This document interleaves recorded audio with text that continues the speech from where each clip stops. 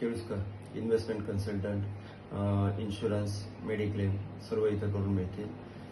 तर आज मी हा व्हिडिओ बनवतोय स्पेशली म्युच्युअल फंडसाठी. तर म्युच्युअल फंड हे एक सरळ साधं सिंपल एक सेव्हिंग अकाउंट सारखं असतं. याच्यामध्ये तुम्ही झिरो बॅलन्स म्हणून एक म्युच्युअल फंड अकाउंट सुद्धा काढू शकताय. त्यामुळे काय सुरुवातीला पैसे भरलेच पाहिजे असंही नाही, असेल तर भरायचे, नाहीतर काही गरज नाही. ओके. तर ह्याचे बेनिफिट्स पण इकडे लिहिलेले आहेत. ह्याला लॉकिंग पिरियड नसतो. तसं त्याचे ट्रॅडिशनल प्लॅन म्हणजे RD, FD, इन्शुरन्स यांच्यापेक्षा जास्त रिटर्न मिळतात आणि तसंच सांगायला गेलं तर महागाईच्याही वरती मिळतात. त्याच्यानंतर महागाई म्हणजे काय, भारतामध्ये एक 7 ते 8% ॲव्हरेजली महागाई आहे आणि RD, FDचा रेट तुम्हाला माहीतच आहे 4% आहे.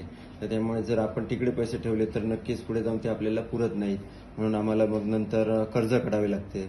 तर ते पुढे जर वाटत असेल तुम्हाला की पुढे जाऊन कर्ज काढू नये, की पुढे जाऊन आपलं रिटायरमेंट चांगल्या पद्धतीने व्हावं किंवा आपल्या मुलांचं शिक्षण, शाळा, कॉलेज मध्ये चांगल्या प्रकारे व्हावं, तर तुम्ही म्युच्युअल फंडचा विचार करा. तर आणि परत त्याचे फायदे म्हणजे ह्याच्यात पार्शल विड्रॉल आहे. ₹100 भरूही शकता किंवा ₹100 काढूही शकता. टॉपअप आहे. एखाद्याचं जॉब फिक्स नसतं, तो लमसममध्ये गुंतवून सुद्धा आपला फायदा करू शकतो. याच्यामध्ये स्वतःलाही रिस्क काही नसते. त्यांचे फंड मॅनेजर असतात, हायली क्वालिफाईड आणि एक्सपिरियन्स फंड मॅनेजर असतात. ते तुम्हाला ग्रोथ करून देतात. ऑनलाईन आहे, कुठे दांडी मारायची गरज नाही, रजा टाकायची गरज नाही, लाईनला उभं राहायची गरज नाही. तर सगळी सर्व्हिस मोबाईलवर होते, पैसे भरणेसुद्धा आणि काढणेसुद्धा.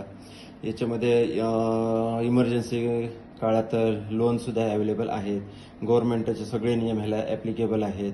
फक्त ते इन्कम टॅक्स आहे, तो फक्त स्पेसिफिकला असतो. जर तुम्हाला जर इन्कम टॅक्स हवा असेल तर तो आम्हाला सांगावं लागतं की इन्कम टॅक्स असणारा फंड द्या. ओके. तसेच इन्शुरन्ससारखे पेंडिंग हप्ते भरायची गरज नाही. मोबाईलवरूनच नसेल त्यावेळी स्टॉप करायचं, असेल त्यावेळी चालू करायचं.